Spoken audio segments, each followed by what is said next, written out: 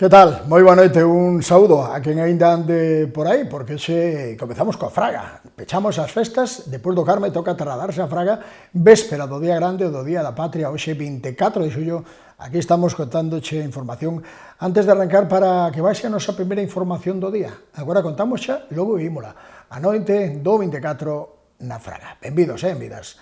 Grazas por sintonizarnos. Esta noite a música vai tomar a Fraga de Dona Rita, un espazo máxico que durante as vindeiras horas vai ser o escenario perfecto para despedir as nosas festas patronais. Así, andas 10:30 da noite, 4 formacións tomarán o escenario instalado na esplanada do Parque de Dona Rita para facer desfrutar a romeiros de todas as idades cos sons das gaitas, guitarras e toques de percusión, e que se van mesturar coa música electrónica ou os sons propios da verbena. Como a primeiros convidados deste Festival da Fraga 2026, o Departamento de Cultura apostou por Alana, un trío galego formado hai tan só 3 anos por Antía Vázquez, Pablo Castro e Eloi Vidal, e que son todo un exemplo da fusión dos ritmos tradicionais da nosa terra con sons máis pop e electrónicos. Tras deles teremos a todo un referente do folk contemporáneo, Xosé Liz.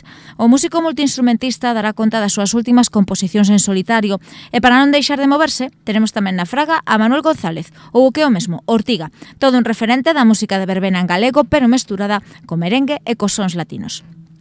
E para pechar a noite, contaremos coa formación Mecánica Rolling Band, un grupo que vai máis alo da música, cun espectáculo que é puro entretemento, grazas á súa enerxía, dinamismo e á súa capacidade para atrapar ao público e facelo un membro máis do seu espectáculo. Nolo Chazo a batería, Pepe Noia ao baixo, José Hermo coa guitarra, Martín Chenlo co trombón, Adrián Trillo o saxo alto, Daniel Vieito o saxo tenor e a voz de Aitor García serán os responsables de pechar este Festival da Fraga que se promete do máis intenso e, por suposto, con música, festa e moito baile. E mañá o Día Grande, mañá ademais o Día da Sesión Vermut, 25 de xullo na Fraga. Conta atrás para volver a escoitar o miudiño nas voces da multitude de romeiros que mañá se van dar cita na esplanada da Fraga de Dona Rita na popular Sesión Vermú. A formación Festicultores vai se estrear como cabeza de cartel nesta romería, tras varios anos participando nos pasarrúas da tarde ou no Festival Folk. Estes cultivadores de festa subirán ao escenario dunha das sesións Vermú máis multitudinarias de Galicia, dende a unha media da tarde, enamando un espectáculo onde haberá música de todos os estilos, tanto propia como versións, moita festa e, por suposto, retrousos que de seguro tamén van entoar os e as romeiros que se atopen na Fraga como a Festa da Fraga, Festa Nacional. A actuación prolongarase ata as 3 da tarde, momento no que as augas do Eume comezarán a recibir aos romeiros para refrescarse denantes de desfrutar da compañía de familiares e amigos das merendas do 25 de xullo. A festa está máis que garantida ata altas horas da madrugada. Así, ao longo da tarde, pequenos e maiores poderán moverse ao ritmo dos pasarrúas, que se encargarán de amenizar as merendas dende as 6 da tarde, ata que as 10 bota a andar a verbena nocturna a que porá a música a Orquestra Triunfo, e que será encargada de pechar a festa cun repertorio no que non faltarán os ritmos do verán e tamén os temas máis bailables de todos os tempos. Un novo reto para aqueles romeiros que aínda teñan folgos para resistir ata a madrugada do 26 de xullo. A vida continúa e toca falar de licitación dunhas obras que son de drenaxe, que se fan a traverso do Fondo de Compensación Ambiental. O Concello das Pontes vén de licitar o proxecto de recuperación de espazos degradados ambientalmente asociados ás infraestructuras viarias municipais, principalmente no rural, e que se vai asumir con cargo ao Fondo de Compensación Ambiental.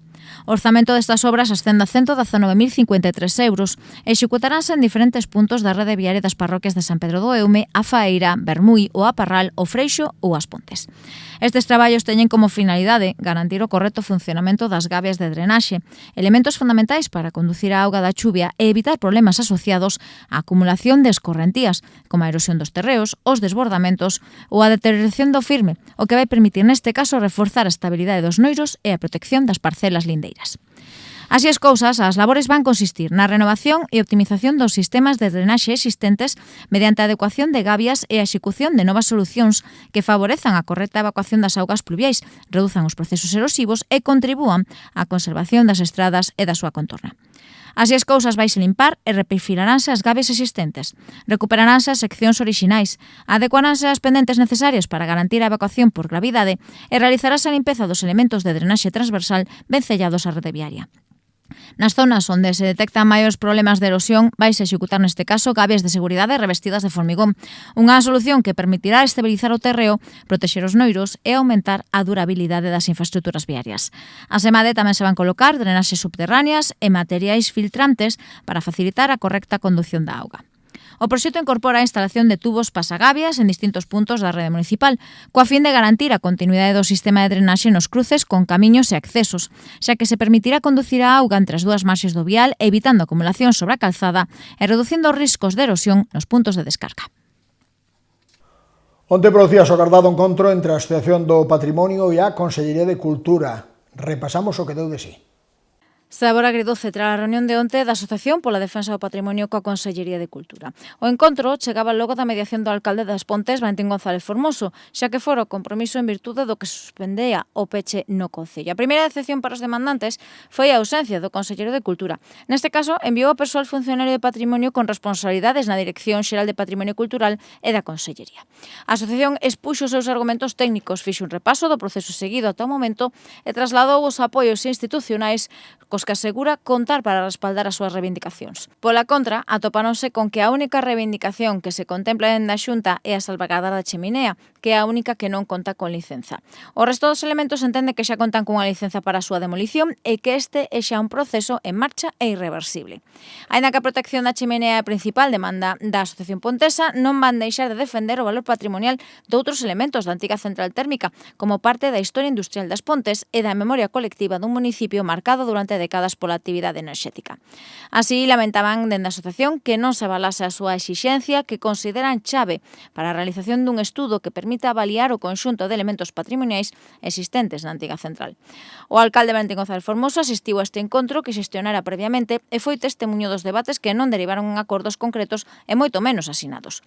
Dende a Xunta reafírmase que se está a impulsar o ben de interese cultural para a chimenea, pero o compromiso non pasou de ser verbal. Deste xeito, a asociación segue a reclamar garantías destas promesas.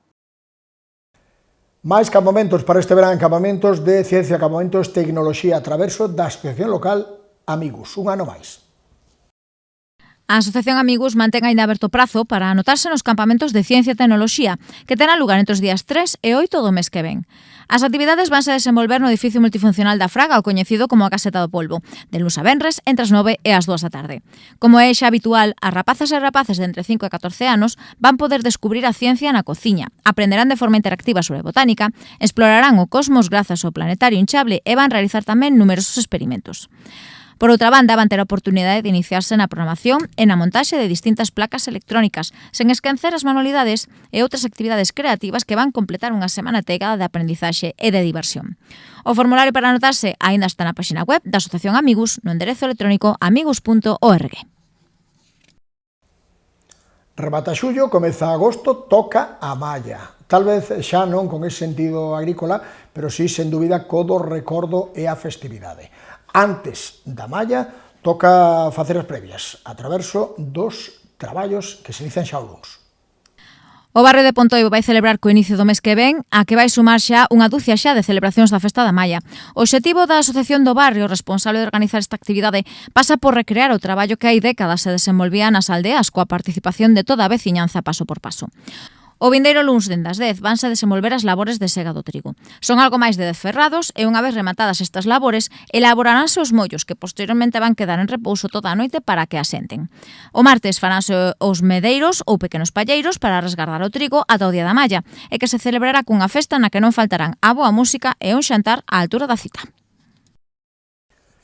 E o luns teremos un grupo de ponteses e pontesas que se van a Lisnefán a render visita, a render viaxe aos nosos irmáns de máis aló, de 1500 km máis aló, na Bretaña francesa. Ali está Lisnefán, aló se vai a expedición que cumpre xa 35 anos.